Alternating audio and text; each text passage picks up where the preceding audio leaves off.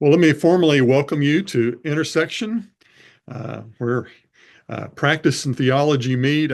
My name is Carson Reed, and I'm here with my co-host, Randy Harris, and we're delighted to welcome with us today our special guest, Dr. Suzie Macaluso. Hello, Suzie. Thanks for joining us.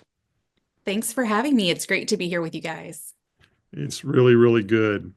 I want to make sure that we are recording this, and we've got that running, and that's good.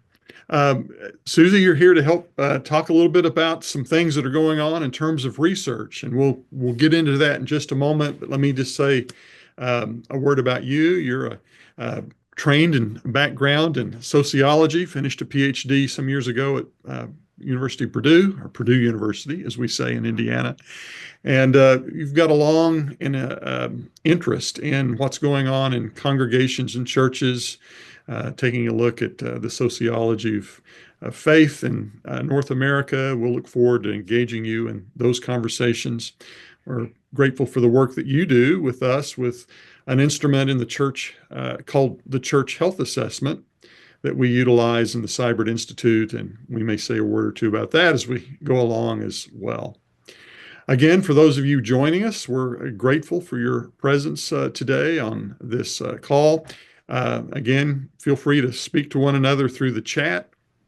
And if you've got questions for us as we get deeper into the conversation, I'd invite you to ask those questions in the Q&A box that you'll find at the bottom of your screen, and we'll monitor that. And Randy, I may need a little help with that today because I'm not got my normal setup. So I'll ask Randy to help me a little in that space. Again, it's good to see this good group gathered here. And before we get started, I'm going to invite us to a minute of silence and prayer, recognizing and acknowledging the presence of God wherever God's people gather, even in these virtual spaces. So let me invite you for a moment for quiet prayer, and then we'll engage in conversation. You, O God, are our Creator, our Redeemer, and ever-present Spirit. We ask that you would bless the conversation of this hour as we seek to live out the calling and vocation that you give to each of us for your purposes to see your kingdom come in this world. Through Christ our Lord. Amen.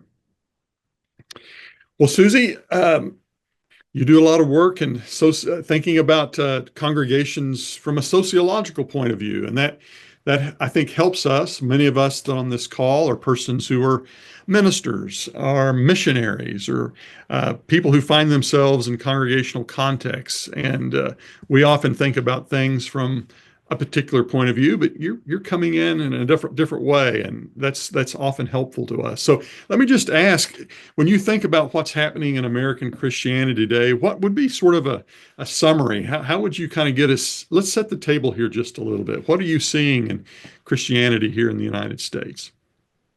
I mean, there's no denying the trend that's going on right now, which is a decline in overall religious participation. Um, this has been going on for the last 20 or so years. I think sociologists started pointing to this in the early 2000s, starting to kind of see this small rise in people who identified as having no religious preference. At the time, back in the early 2000s, we still saw people participating at the same rate. So then it was kind of this idea of identification that was an issue. But what we've seen is as we've kind of gone on, that hesitance to identify as a Christian or as a particular religious tradition, we've seen people kind of, that's the first step in moving away from religion altogether. And so Mhm. we do see pretty big declines in all different branches of Christianity, as well as other faith traditions.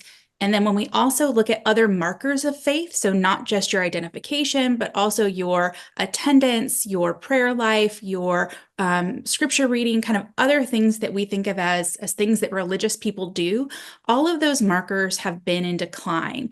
And so one of our jobs as sociologists is to kind of talk about like why, what is going on? Why do we have that? that trend. And so there's lots of theories out there that I'd love to get into at some point, but there are lots of reasons why. And I think that for me, thinking about the way that Churches of Christ fit into this larger landscape is what really intrigues me. Hmm. Well, that's my next kind of question is, as we think more particularly about Churches of Christ, many of us on this call are a part of the Stone Campbell tradition, maybe particularly in Churches of Christ. What are we seeing in those spaces, and do they cohere pretty much with what you see in the larger landscape in North American Christianity or United States? Or is there some alternative moves that are happening in those spaces? Yeah, so depending on what time period we want to kind of mark as kind of the past, when I was looking at some data this morning, I was looking at the Association for Religion Data Archive, the ARDA, has a lot of information, and they break it down by denomination or religious tradition in our case. And when we look through that data, it's really interesting because the peak for Churches of Christ really seems to be in 1960.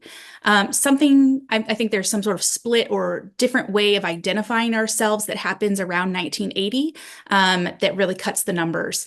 But we see pretty steady numbers then through the 80s and 90s, and our decline starts around the same time as the decline in the United States. We start to see in the early 2000s just a small dropping of our number of congregations as well as our number of adherents. And so we can look at both of those numbers, number of congregations, number of adherents, as kind of two markers. When I look at the most recent data that we have, which is based on 2018 numbers, we see that we had about 1.4 million adherents, which made us about the 15th largest religious tradition in the United States.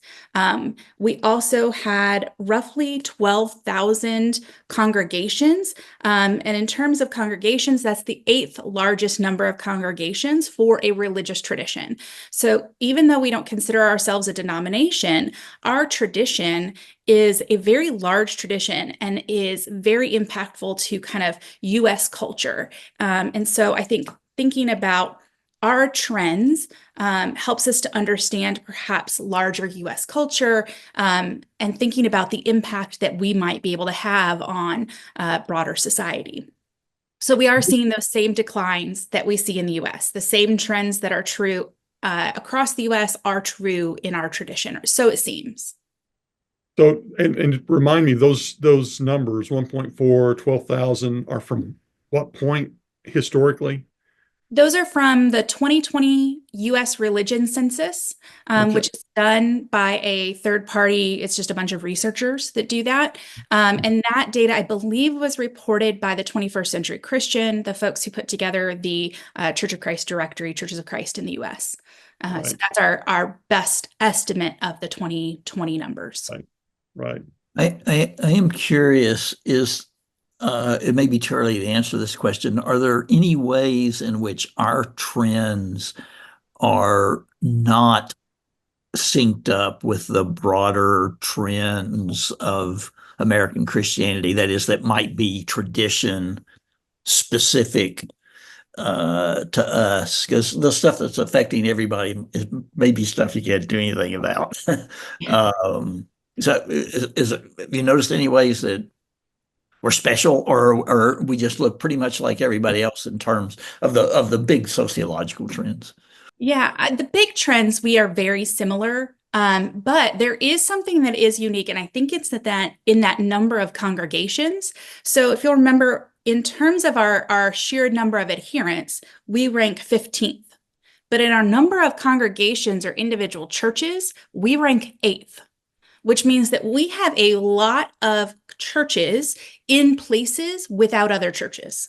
So we have a lot of small congregations. And I think that we could see that as a weakness. We can see that as a strength. I think that might point to some of the particularities of Churches of Christ, kind of the church splits that have happened over various reasons. You know, bigger denominations don't tend to see those kinds of splits. And And so that's the one area where I think there is some uniqueness. What that means for us is a little harder to kind of identify. I think with more data and the data collection that we're working on now, that will help us to identify those things. And it's part of why I'm excited about collecting data now to see where are we and how do we compare to those trends, especially in a post-COVID era, because we know what COVID did to everyone else. But for us, it'll be interesting because in those rural congregations, and particularly congregations in states like Texas and Tennessee, which are our two highest adherence rate states, the restrictions for meeting in person were not nearly as stringent. And so that may have helped us to retain some members in ways that other congregations weren't able to do, or congregations that were in states that were stricter weren't able to do. We may not have had that same disconnection, but we don't know for sure.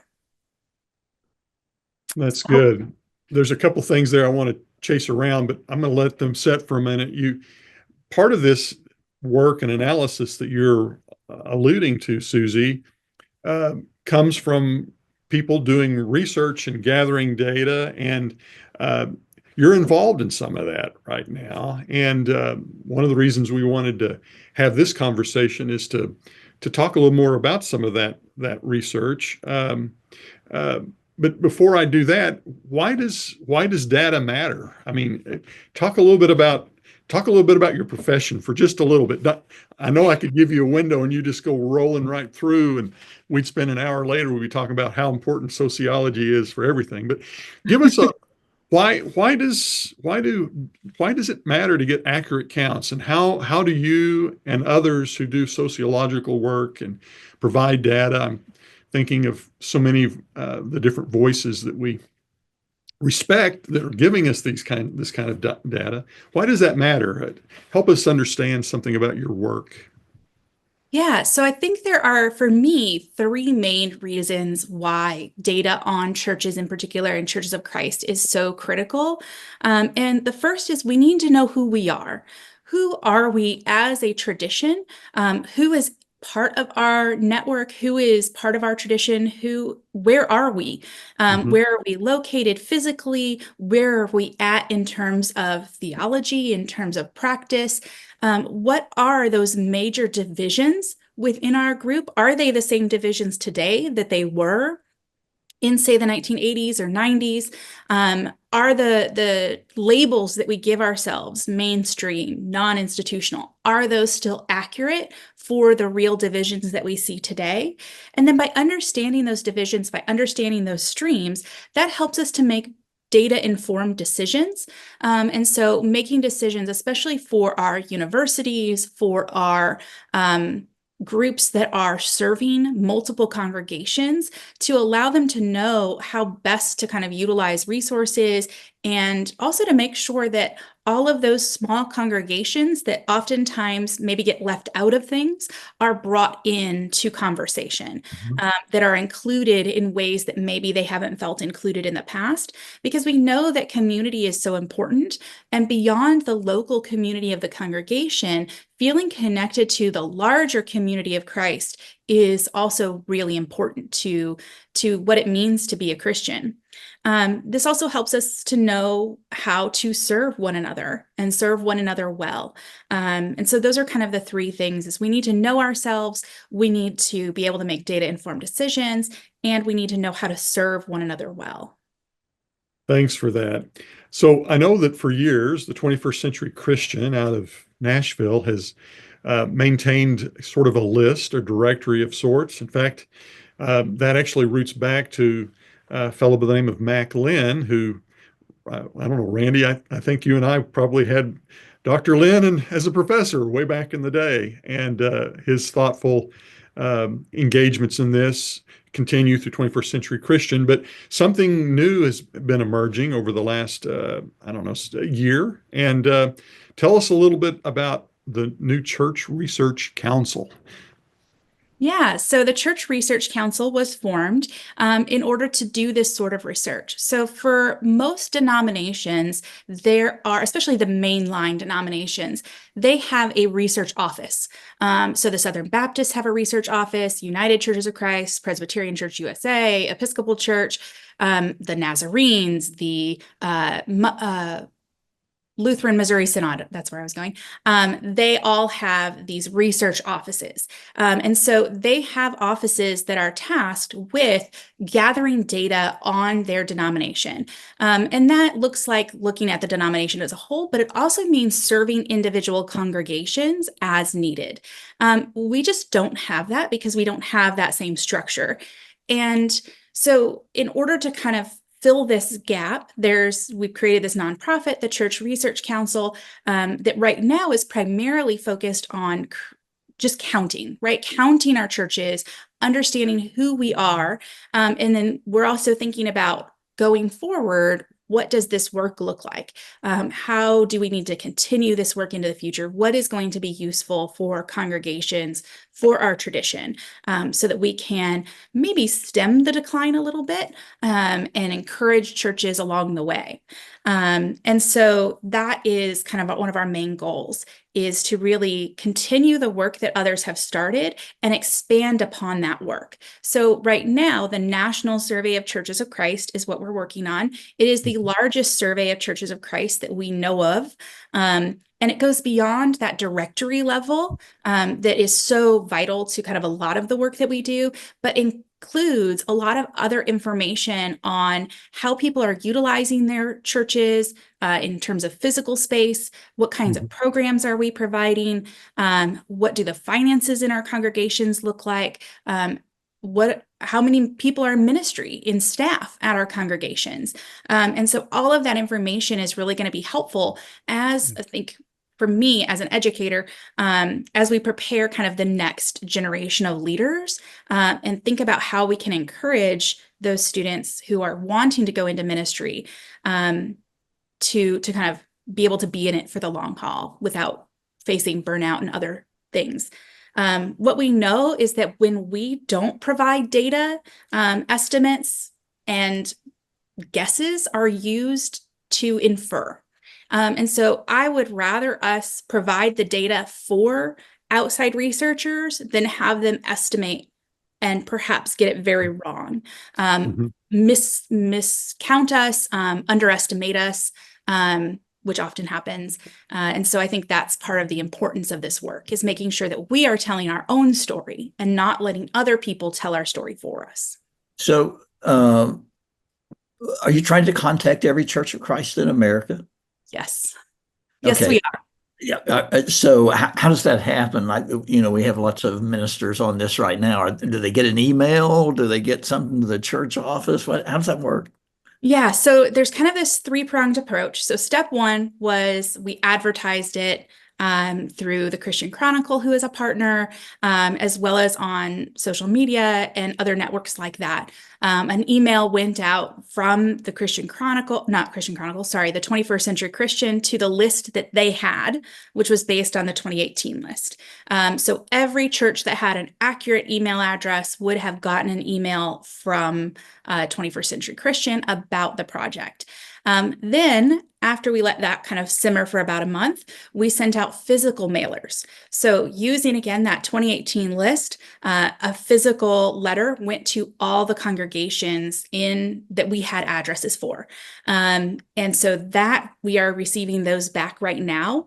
And in that, they could either mail back a questionnaire, or they could go online and take a questionnaire. So now those are all coming in, and now we're to kind of the next phase, which is going to be the contacting congregations personally. So we have a team of student researchers that in the next month or so, they're going to start calling churches. And they are going to start contacting churches from their hometowns.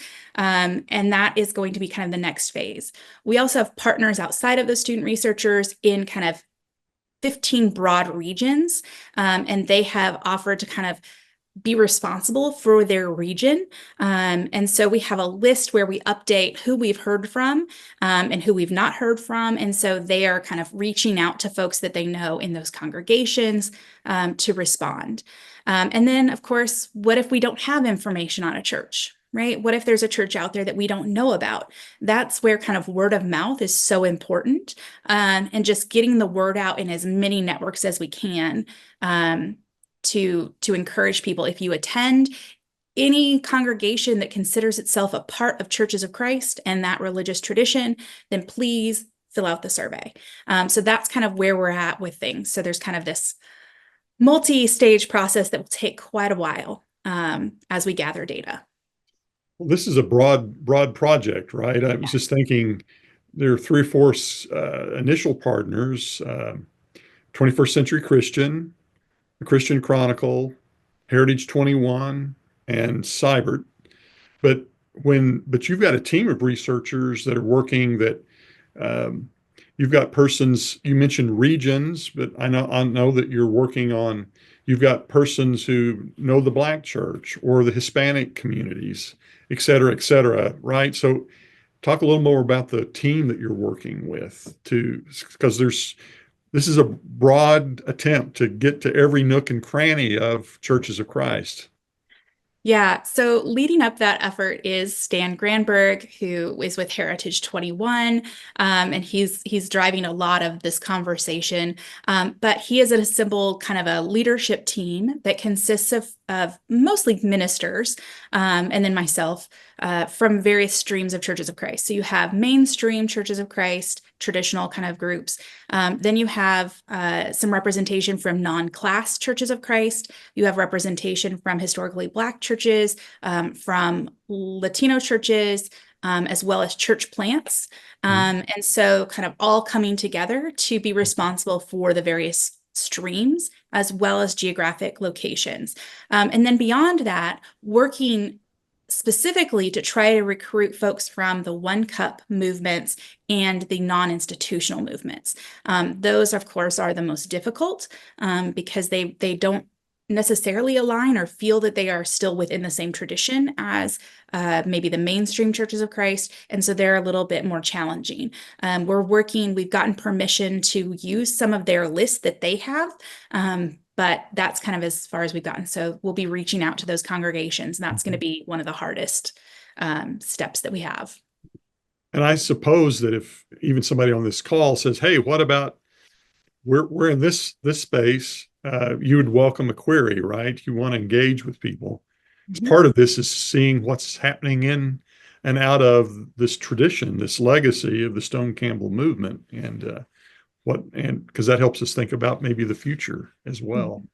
Yeah. Yeah, we want to know outside of those kind of the One Cup, non-institutional, mutual edification, mainstream, historically Black. Those are the terminology that kind of the identifiers that were used in the directory in the past. And so we're kind of starting with those, but we want to know, are there other substantial groups of congregations that identify a different way? Or is there different terminology that they prefer now that maybe is more updated? And so those are definitely things we would like to know. Sure. I must say, back in the day, Abilene found churches in my home county that I didn't know were there. And, it's pretty remarkable. They were generally churches of 5 or 10 people, but there's a question in the Q&A. I just want to bring, it was a good time for it. It says, do the data say anything about differences between predominantly white and predominantly Black Churches of Christ? And do we know anything about diversity within Church of Christ congregations? Because that's something that might be different now than it was 20 years ago. That's an interesting question. So I know that historically the difference has really been about race and ethnicity and those cultural differences more so than maybe theology. Our historically Black churches tend to be kind of in line with more conservative Churches of Christ, but differ in kind of issues around maybe social justice. I'm really interested in finding out more, and especially finding out more about kind of where our Hispanic churches fit into all of this as those have grown. And what we're seeing in this data so far from the congregations that we have talked to is more are identifying as multiracial, meaning that they are at least 25% racially and ethnically diverse. And that's a lot, especially given how racially segregated churches tend to be. And so I'm interested to see, are there some differences in their practices and in the way that they think about coming together on the Sunday morning. So I'm hopeful that we can really answer those questions a little bit more and in depth as we kind of gather the data. But we need churches from those streams to respond. And right now, predominantly white churches are the ones that are most likely to respond. And that's simply because of the networks that we have, and kind of the ways that we're reaching out. So we are doing our best to get into all of those other channels, but it is a challenge. There's a question didn't make it in the Q&A. It's in the chat. Now, a Church of Christ is what? You know, is it anything that grows out of the Stone Campbell movement? Is it anything that, let's say it grew out of the Stone Campbell movement, but they no longer clearly identify that way? Do they count or not count? So we are not gatekeeping what is a Church of Christ. So if someone feels that their church is a Church of Christ and their leadership feels that they are a Church of Christ, then they count. So it's not just about the title or the name of the congregation. What if they feel very strongly that they aren't? Then they aren't. If Okay. they think of themselves as non-denominational, in the truest sense and kind of what that means today as a non-denominational evangelical church, then that's what they are. We're not going to tell them otherwise. It just really depends on, do they feel aligned with the Stone Campbell movement? And then kind of more narrowly, we're not counting disciples of Christ. We're not counting Christian churches. Those disciples actually has their own research team that is paid to do this work. And so we're not going to double count them. Their researchers are fantastic. I know them. We're in some same groups. But yeah, anyone who thinks of themselves as being a part of the Church of Christ is, because there's no gatekeeper on that. Yeah. Is this only a U.S. project? Yes. Currently, it is a U.S. project. I would love to think about this more broadly and especially think about our Canadian churches. But that is a much larger project, but one I could see us taking on in the future, should we have the funding available to do that. Oh, we have a brother on from Kenya who's ready to participate. So Yeah. We'll get there. Yeah. Stan Granberg is on the call here. I see he's offering a observation that we've got within the Stone Campbell movement, we've got Christian churches, and then we have churches of Christ that are instrumental, and but some of those churches are not identified with Christian churches, which is sort of yet another subgroup that dwells and lives out, that you, I'm no doubt, are encountering as you do this work. I'm curious about the questions that you're asking. Early on, you said basically right now we're just trying to get a count, but you all are asking in your survey more than just that. And you mentioned a few things earlier, but let's circle back around. What are some of the things that you and Stan and others of your committee, your team, are really curious about in this phase of this multi-year work? Right, you're developing a rather major agenda here, for a research agenda. But what are you asking about primarily right now? So right now, there are two main portions of the survey that are clearly defined. So the first portion is kind of the demographic portion. This is the portion that includes kind of any updates to the church address or the church kind of contact information, as well as the number of regular attenders, as well as kind of the number of folks who are adherents, right? And that's a broader term that includes people who are connected, but maybe they don't always attend, and can kind of go beyond baptized members to however a congregation thinks about their adherence. And that data is really important because that is some that we report to the US Religion Census, which we're already thinking about 2030 and those reports. That team has been put together. But we're also interested then in the second portion, which is kind of more of the detailed look. And it's very clearly laid out. If someone doesn't want to participate and that they don't have to, we would love it if you did. We would prefer that you did. But that's where we look at how many ministers do you have? Are they paid? Are they unpaid? Part-time, full-time? We're looking at the types of community ministry that you participate in, that your congregation participates in. Both, are you financially supporting it, or do you have members that are doing that work? So we kind of break it down. Are you just financially supporting or physically supporting? And so we're looking at all different types, prison ministries, having services in another language, ministry for people with disabilities. Do you have a daycare associated with your congregation? All different things, food pantries, clothing ministry, all of those sorts of things. We're really interested in that. We're also interested in kind of like some civic engagement. So does your congregation, does the area that you're in, do they use your church, your physical facility, as a polling place?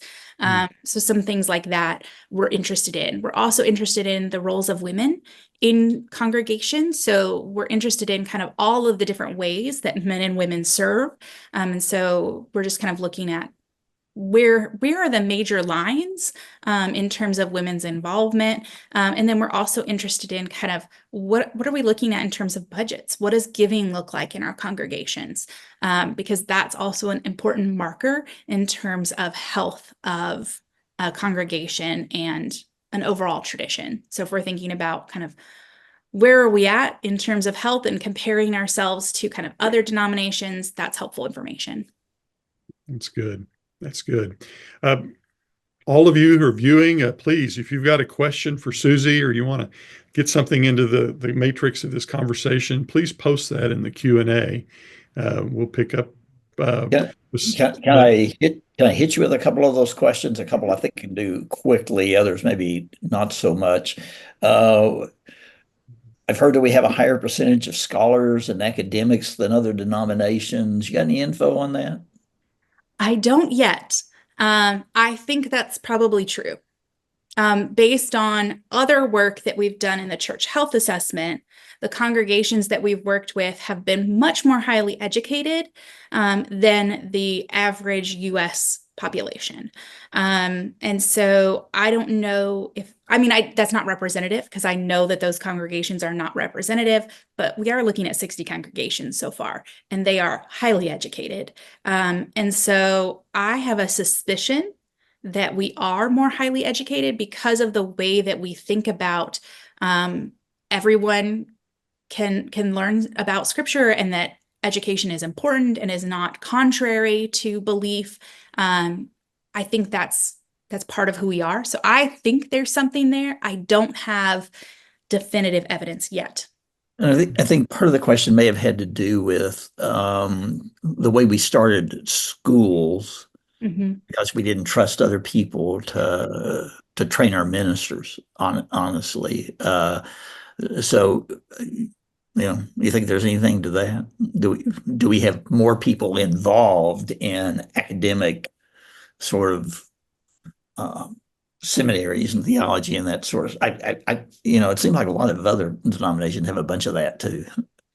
They do. I'm not sure in terms of kind of are we overrepresented in academia than we probably should be? That I'm not sure of.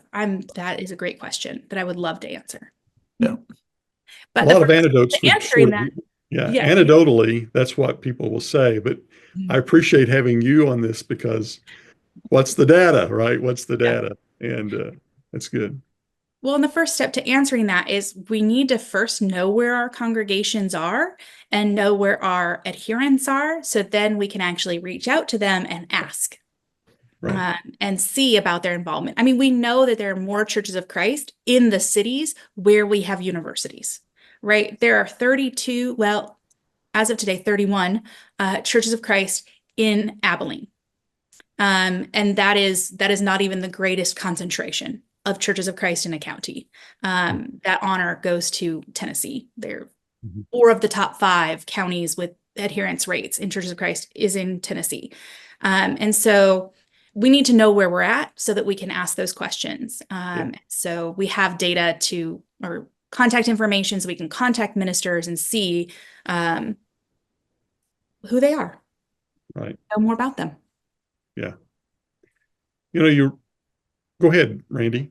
Well, one of the questions is not nearly as easily answered. What's the goal for this data? How is finding out about ourselves going to make a difference in how churches move forward in the Lord's work of disciple making? I mean, will there be action steps at the end of this? If I went to a doctor, I wouldn't want him to treat me until he'd done some blood work and found out, what was ailing me. Is what is there down the road that might actually help us do what God's called us to do better? I think that this information will be really helpful in our efforts to serve congregations. So I think specifically an example of that would be in thinking about the Siburt Institute's work with congregations. And knowing more about our congregations will help them to serve the folks who are doing the work on the ground, right? So I see my role as collecting all of that information and providing it to those who can make that happen through webinars like this, through the Siburt Institute, through or groups like the Siburt Institute at the other Church of Christ institutions. I think that's where kind of that work is going to be done. So our goal as the Church Research Council is to gather the data, synthesize the data, and provide that to those institutions that then are going to take that information and use it to aid minister, especially I think ministers. Right now, I know we have a crisis in our ministers. The data that I was looking at, about half of ministers in Christian traditions have thought at one point over the last year about leaving ministry. And so we need to be aware of that, and we need to know how we can serve those folks. I know So, one of the things. and anecdotally, I think that number is underrepresented. Surely every minister thinks about quitting at least once every year. Surely, but that's a far thing from doing it. Yeah. Yeah. One of the goals, is it not, and I think you're implying this, but I want to draw it out more explicitly, Suzie, is that out of the Church Research Council, you're going to make this data available. I assume that 21st Century Christian may want to publish a book or a physical hardback, or not hardback, but a physical copy of a directory, which could be useful in many ways. How many churches do I walk into and see an old copy of that sitting on the shelf in a church office somewhere?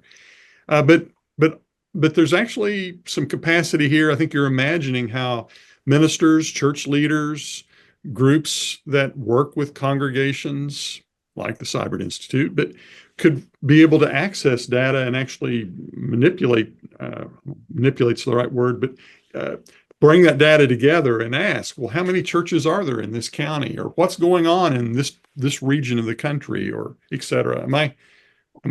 Is that correct? Or Yeah, we definitely have discussed kind of taking all of the information that we learned through this and providing it both through a website, but also through some sort of publication where especially the different folks who are involved in the leadership take on different aspects of church and different aspects of the data to kind of report on, kind of blending their personal experience with then what is found in the data. And I think that's going to be really rich when we're able to do that, when we kind of get to that step. But before we can get to that step, we need churches to take the survey. Well, that knowledge really will bless. Shelby Coble, who's assistant director in the Institute, has just made a note here. She and I have been in 2 churches in 3 days, and they're asking, how do we relate to other churches? And curious minds want to know. And uh, that can be helpful as a church discerns and processes where they're at and what might lie before them. So, what you and your team are doing is important, significant work for helping congregations think about the future. Yeah. One of the questions has to do with subgroups. We used to think certain things all went together, and now it's not so clear they do. For instance, a place might use women in ways that they haven't before, but are still thoroughly a cappella. And you may have another group that is some sort of blend of a cappella and instrumental, but still doesn't utilize women any ways than they have before. Are we going to get a little clearer info on who's doing what? Yeah, we do ask about use of instruments in worship. And so that will help us because, yeah, I think there's kind of been this idea that there's kind of this continuum of conservative to progressive, and that as you move towards one, you're going to become progressive, whatever that means, in all of these ways, including worship style, but also roles for women. And I don't think it works quite that way. I think it's more of kind of a matrix where you've got multiple cells. And so I think that's going to come out in this data. And we'll also know kind of like how many of our congregations fit into these kind of different categories. Mm. Yeah, it'll be a more nuanced way of thinking about our congregations instead of maybe this kind of dichotomy or this black and white thinking of conservative or progressive. Right. Yeah.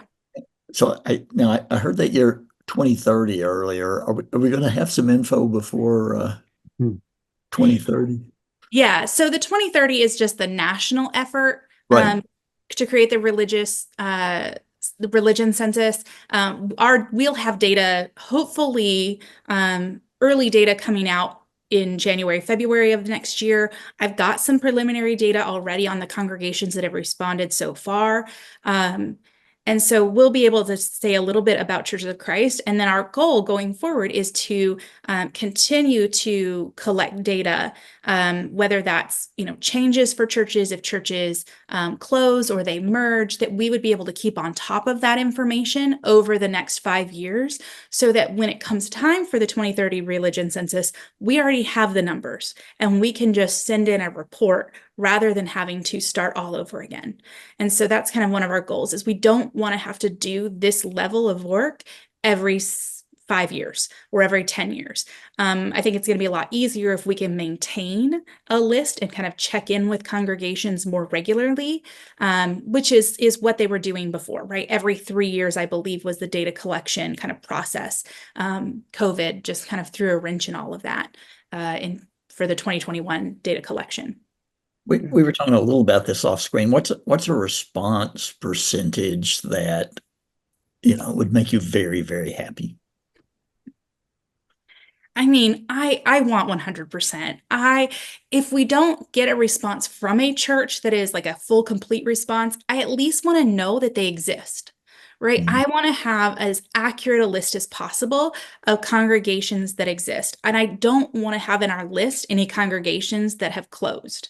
I don't want to be carrying forward information on a congregation that is not helpful anymore.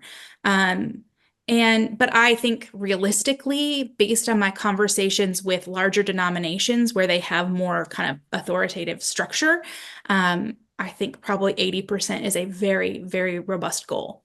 But I think I would love for every congregation to participate on some level, whether that's just letting us know that they exist, even if they don't want to be included in the directory, even if they don't want to be included in kind of maybe the data analysis, I want to know that they exist. So, and you're asking for, and people can respond in a real paper and pen sort of way, or you've got a website, right, where people can go and just enter data about their congregation on a website. And And if I wasn't sitting at Renee's computer, she could probably give that to us in the chat box. So, but can you, am I, tell us a little bit about ways to respond? You can do that for us. Thank you. Yeah. I'll talk for another second while there you go. So how can churches participate, I guess, and how are they participating? Yeah, so the best and simplest way is to go to that site, crc-coc.org,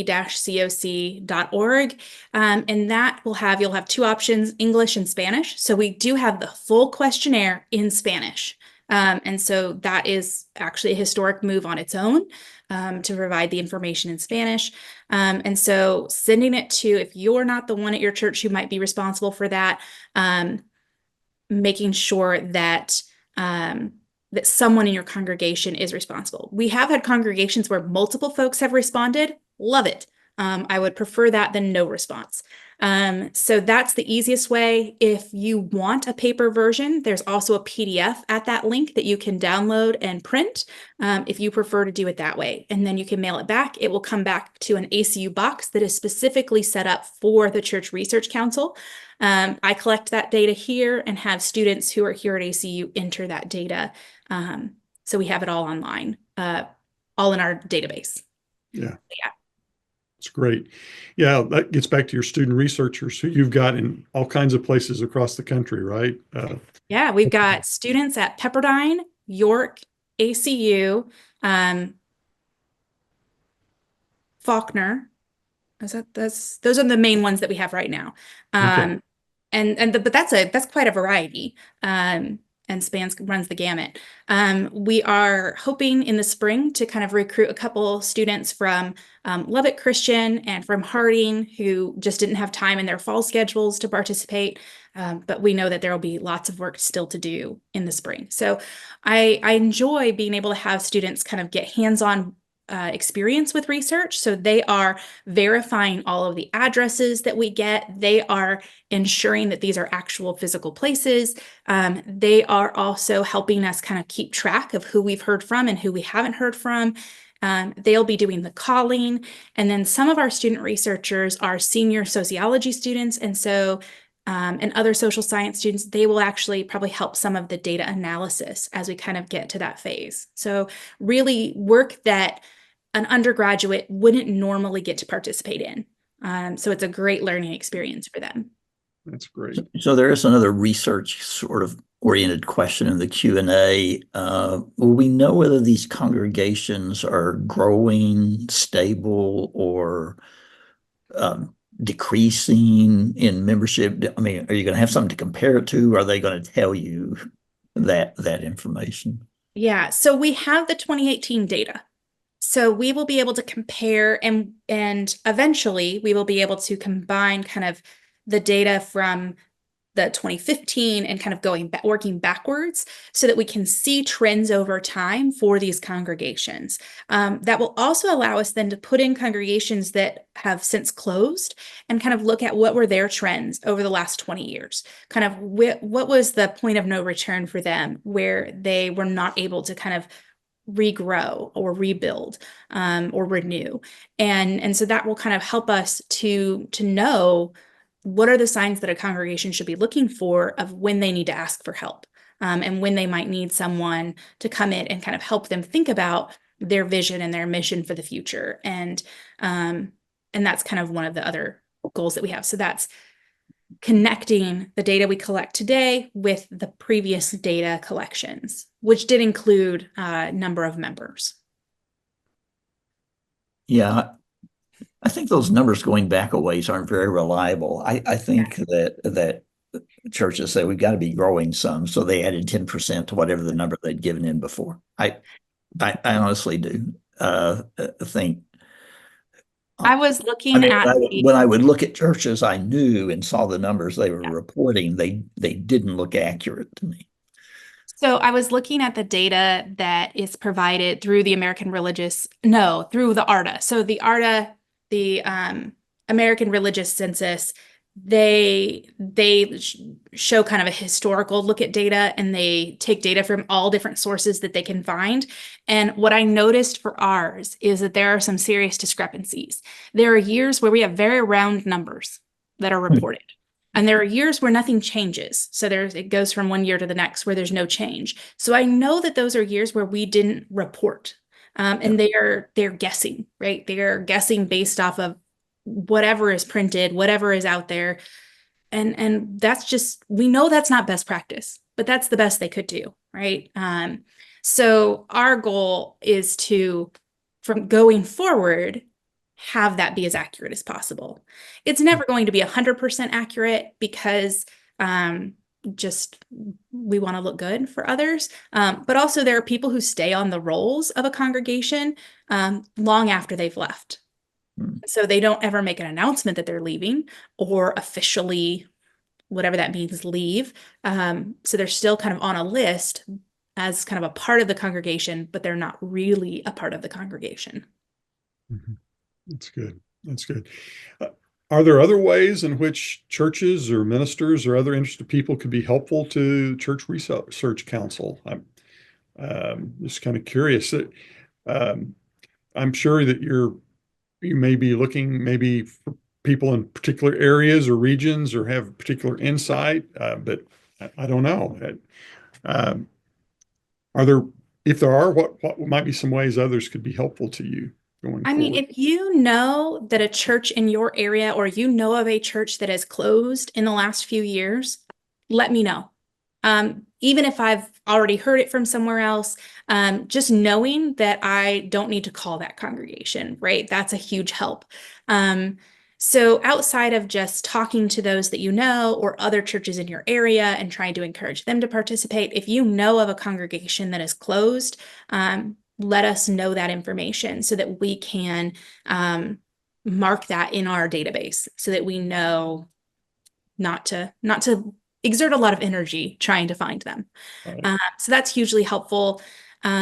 And then if there's something that you've kind of observed around the different streams of Churches of Christ, maybe you've thought a lot about this, I would love to hear your thoughts on what you think the major divisions are. So feel free to reach out. You can reach out directly to me or through the CRC email that's on our site, and let us know kind of what you are seeing in your location. Because I know that kind of where I sit in Texas is not necessarily what is typical in the rest of the country. And so that would be really helpful. Right. So people could reach you or others at Church Research Council by simply going to the website, which we've now got posted in the chat, and find ways to connect to you, correct? Yes. Yeah, that's good. Well, this is fascinating and useful and helpful as we think about the future. It's one of those things that's going to take a little bit of help from lots of people, right, to bring something together. And I'm wishing you and Stan and all the people in your team the best as you continue to do this work. And when do you think you might be able to give some preliminary sorts of data? I mean, you might say, hey, we've got a teaser. Here's something we're beginning to see. Do you have any sense when there might be enough data collected for that kind of thing? I mean, I've got some information. I could put something together pretty quick. We've heard from 1,200 congregations so far, so we are starting to kind of get a sense of who they are. I mean, our average attendance is about 127, but our median, so our middle, is 70. Our high, our biggest church that has responded so far, is just under 3,000. Our smallest has 2. So we are definitely getting some small congregations in there, which is great. Most of our congregations that have responded so far use some sort of social media. I think 72%, so almost 3/4, have a Facebook presence. And then almost half use YouTube in some way. What we're seeing so far is the response rates look pretty on par with where congregations are located, with New England doing a great job getting all of their folks to respond. We also note that about 12% of congregations count their online attendance as a part of their regular attendance, especially if they're on Zoom. That's a lot easier to do. And the way that they count that varies a lot. So we have a little bit of information. I would like to see us get to maybe 1,500 congregations, and then kind of we'll put out maybe something on our site with a little more detail as we kind of move forward. But yeah, we're not going to wait until the very end to start kind of giving out some information. We'll start presenting information as soon as kind of we have some good numbers. But 1,500, I think, feels good to me. That's good. If you put Texas and Tennessee and Alabama together, what percentage of our churches and of our people would that take? Oh, that would probably that'd probably be about 50%. Okay. If you include Arkansas. So if you do Tennessee, Arkansas, Alabama, and Texas, that would definitely get you to 50%. Okay. Of both congregations and number of adherents. Yeah. Mhm. Yeah. That's interesting. Yeah. Yeah. Uh-oh. Wow. I don't know how I feel about that, but it's yeah. Well, we're coming up to the hour.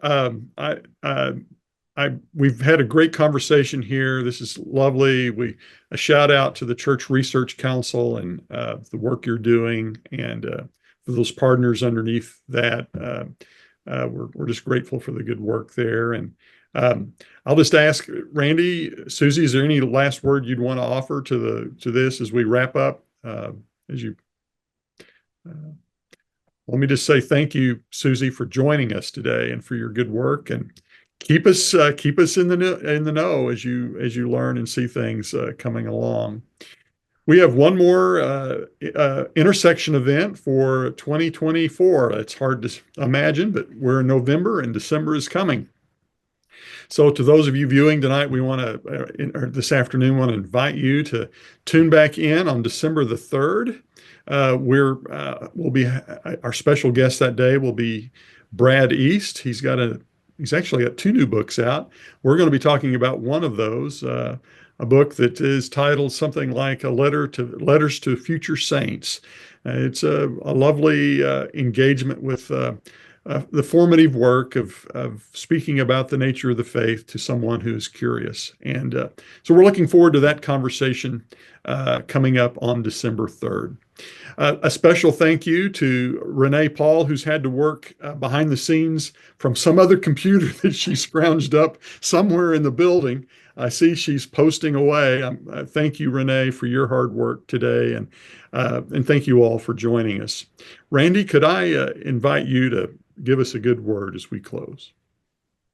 The Lord bless you and keep you. The Lord make his face to shine upon you and give you peace. To him who's able to keep you from falling and to present you before his glorious presence without fault and with great joy, to the only God our Savior, through Jesus Christ, be glory and power, dominion, now and forever, world without end. Amen.